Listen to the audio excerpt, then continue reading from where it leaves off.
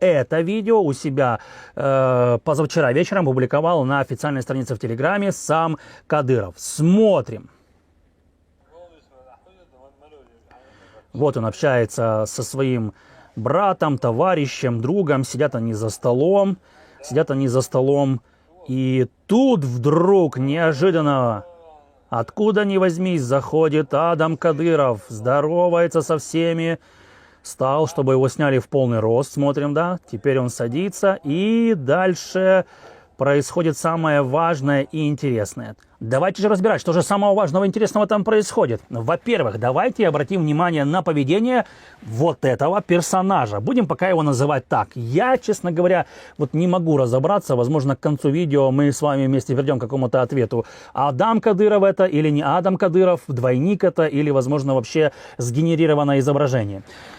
Смотрите, обратим внимание в первую очередь на поведение этого персонажа. Так вот, что такое Адам Кадыров? Адам Кадыров это понты, это я ща, короче, порешаю. Ну такой сын главного бандита, понимаете? Тот, кому разрешено все. А теперь давайте посмотрим на это видео, как себя на нем ведет Адам Кадыров. Застенчивый паренек. Смотрите, как он встал. Не хватает, знаете, только вот, мне лично не хватает только вот стульчика. Он на него должен встать и рассказать стишок. В лесу родилась елочка, в лесу она росла. По-другому вспомним, что творил Кадыров младший. Он позволял себе избивать людей. Он позволял себе избивать одногодок, то есть детей фактически. В то время ему было 16 лет. Он позволял в свои 16 или 17 лет ездить на Мерседесе, стрелять из пистолета в воздух и кричать разные там политические лозунги. При этом он сидит за столом, где сидит куча боевых офицеров, которые принимали участие еще в Первой и Второй чеченских войнах, и он им что-то там рассказывал и диктовал. Это, мягко говоря, я вам скажу, такой себе, знаете, образ создан паренька, который может все. Здесь он застенчивый, улыбчивый паренек такой, знаете. Это уже 1 балл на версию того, что это не настоящий Адам Кадыров. Следующий вариант. Видео показушное, понятно. По-другому никак бы не сняли. Нужно, вот смотрите, Адам стал, да, его показали в полный рост, что он живой, здоровый персонаж. Этот, опять же. К этому даже никаких претензий нет, потому что, такая себе слабенькая у них режиссура, скажем так.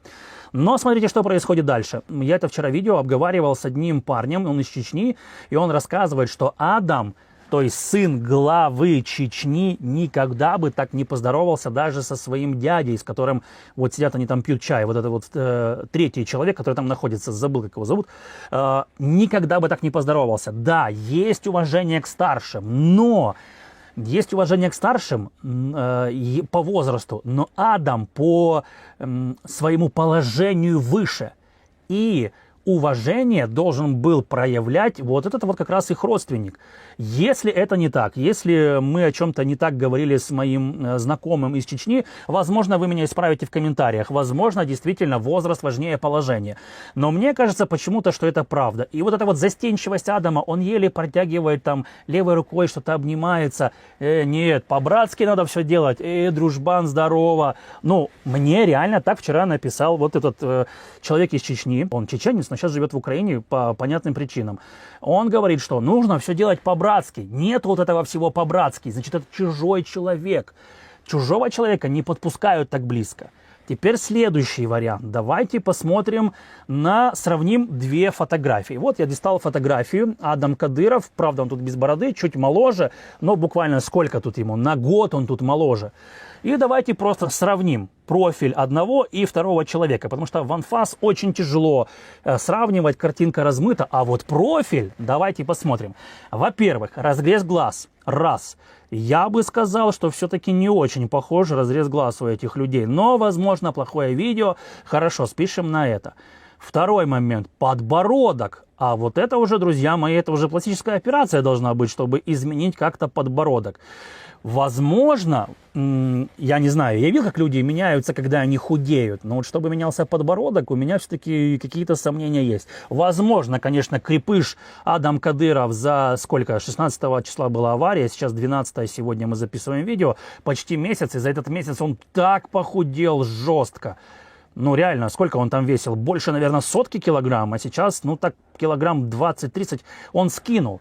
Ну, возможно, если он лежал в больнице, если он ничего не ел, если он был только на каких-то там специальных препаратах, возможно, как-то вот это вот все и похуделось у него, куда-то это все делось.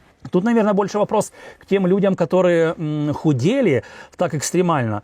Меняется ли так лицо? Конечно, лицо меняется, когда ты худеешь, там появляются какие-то впадинки, но если у тебя есть вот такой вот, назовем это, волевой подбородок, куда он девается? Это же не жир.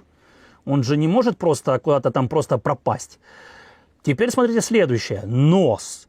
Многие, я читал в интернете, что многие обращали внимание на нос. Но тут, смотрите, тоже может быть момент. На одном у него нос без горбинки, на втором такой орлиный, хороший такой нос, замечательный. Тут сейчас вопрос не о красоте. Кому-то нравится такой нос, кому-то другой нос. Тут вопрос в том, что после аварии мог бы быть удар, не знаю, подушки или удар Адама об лобовое стекло, чтобы нос был сломан и вот так вот его восстановили. Но, опять же, нюанс. Если бы нос восстанавливали, если бы он был сломан, то, видимо, должны быть какие-то следы операции. Или просто со сломанным носом человек пришел, ну, вот так сломаться нос может, не может. Наверное, вопрос к бойцам смешанных единоборств и боксерам. Вот вы видели, как ломаются носы. Ломается ли нос вот так вот, как вот мы видим сейчас у Адама разницу на одной фотографии и на стоп-кадре этого видео. Еще очень важный момент. Меня вот смущает все-таки режиссура вот этого вот ролика. Потому что сидят люди, тарелки пустые, красиво поставлены в кадр. Знаете, как специально выставлялись в кадр напитки, как будто это кто-то там реклама, и это называется product placement, когда за это еще доплачивают в кино, знаете, в телепрограммах. Ну, тут понятно просто, что кто-то выставлял их, чтобы это было в кадре все красиво. И вот по режиссуре мне еще очень напрягает тот момент, что они сидят, пьют чай, а у них пустые тарелки. То есть, ну, понятно, что накрыли специально стол, запустили специально этого персонажа, который зашел, который там всем поблагодарил, который бате дал кулачок. Вопрос, вообще ли так здоровается сын с отцом, ну, я имею в виду Кадыров с Кадыровым. Но важные слова сказал Кадыров на самом видео. Он сказал: «И воскресший там что-то там, т-т-т-т-т-т». Вот послушайте, вот это вот есть фраза.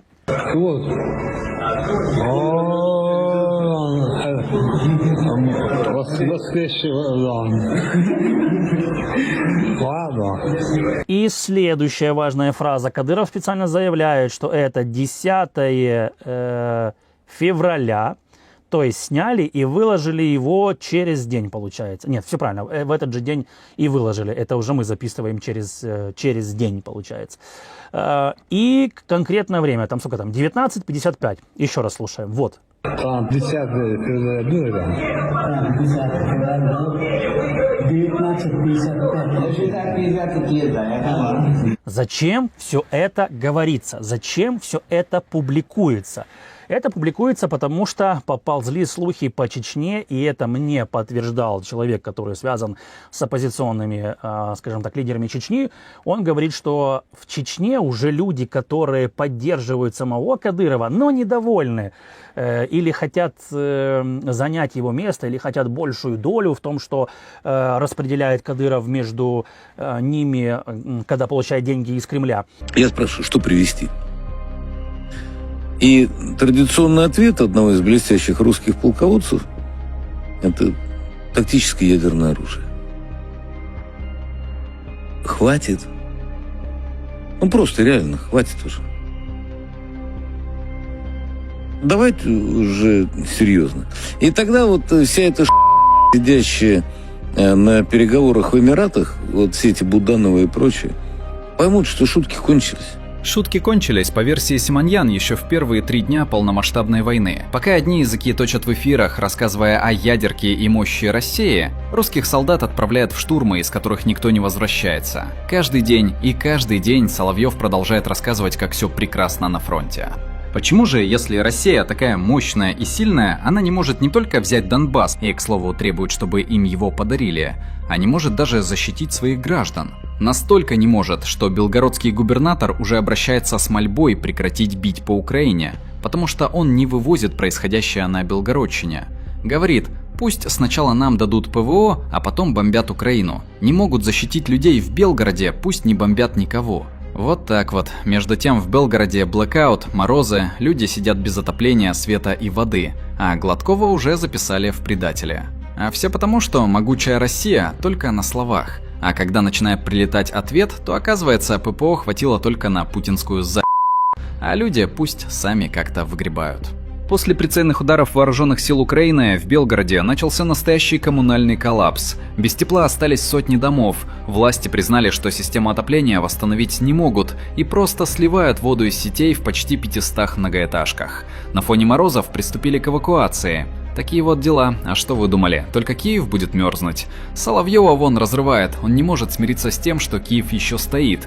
И мало того, что стоит, еще и наносит ответные удары. Пропагандиста просто трясет от этого. Все кричит в той студии, а выхлопа ноль. И я думаю, да вот он сейчас опять затянет свою песню, а в этот момент Белгород утюжит. А я должен жалеть там нацистов. И смотреть, и потом читать, как мне люди пишут. Вот у вас на передаче, когда Белгород утюжили вовсю, Василий призывал вот уничтожить. Вот. И жалеть пленных, когда в плен сдадутся. А чтобы Белгород не трогали, Харьков не должен быть. Поэтому жители Харькова, покиньте проклятый город. Потому что ваш город используют как базу для нанесения ударов по Белгороду. Я достаточно понятно выражаю свои мысли? Хотите, чтобы мы вас пожалели? Сдавайтесь в плен. Ну, города покиньте.